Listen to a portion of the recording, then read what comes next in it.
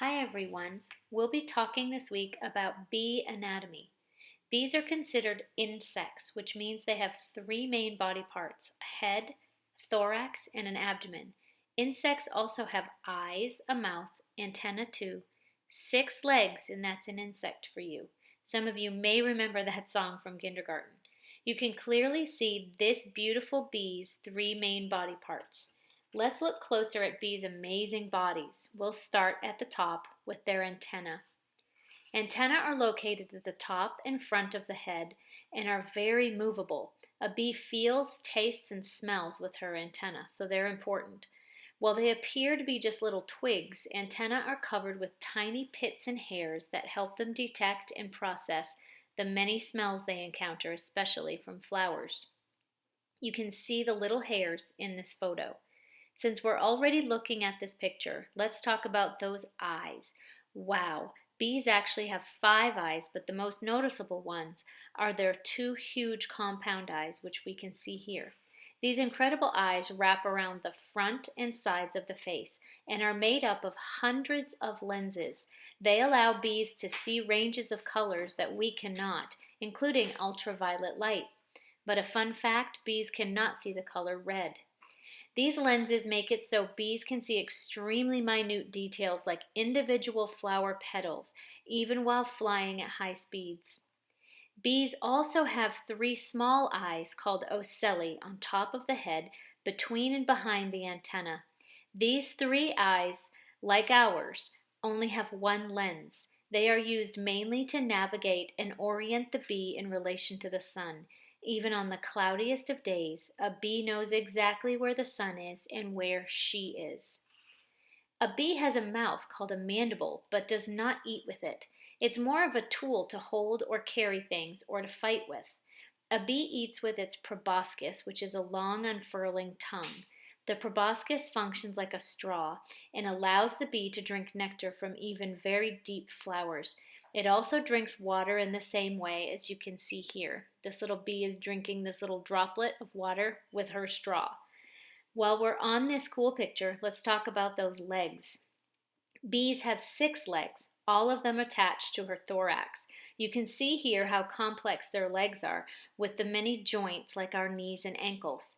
This gives them great range of movement and flexibility. The 2 front legs have special notches that she can clean her antenna with, and the 2 back legs have pollen baskets where she packs pollen with spit to store for her flight back to the hive. Look at how full these pollen baskets get.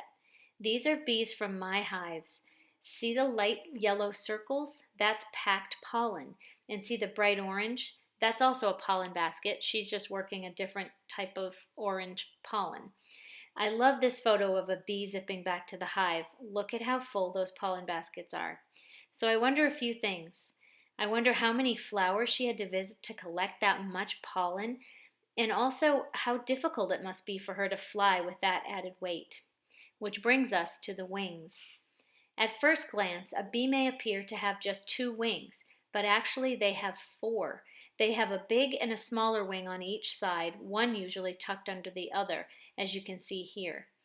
These are connected by tiny hooks. This picture shows those 4 wings very clearly. The special wing structure allows bees amazing maneuverability. They can hover, take off straight up, twist, and dive. In addition to being one of the most flexible flyers on Earth, these incredible wings enable these girls to carry heavy loads, as we saw in the previous picture with the pollen baskets. Another fun fact is that the buzzing that you hear with a bee is not her body, it's actually her wings making that sound. About one of the only things those perfect wings can't carry is a wet bee. We'll see why. So we've all noticed bees have cute fuzzy bodies, but why does an insect have hair? Well, to start, it helps collect pollen.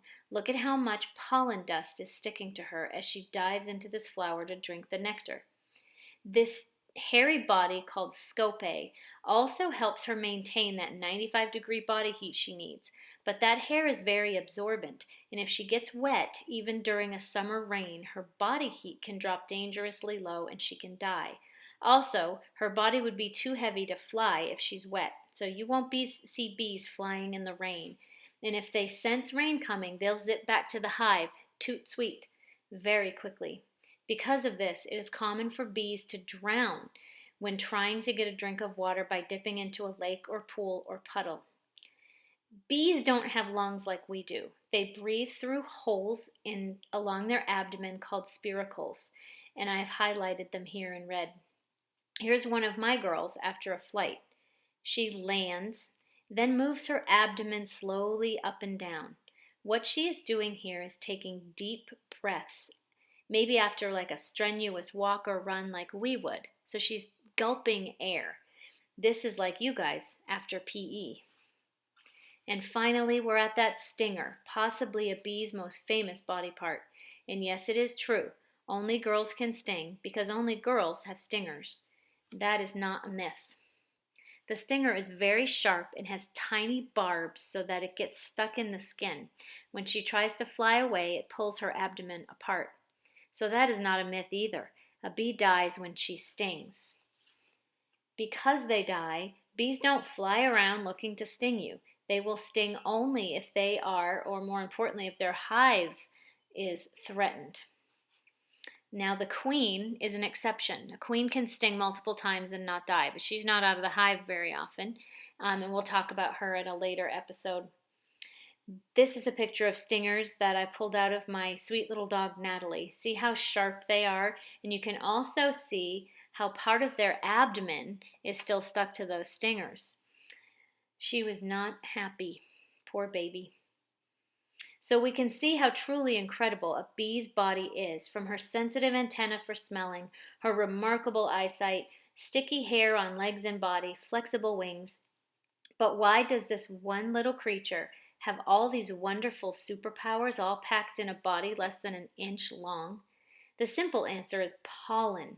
Over the past 100 million years, bees evolved to be flower specialists. And let's read a little bit more about that.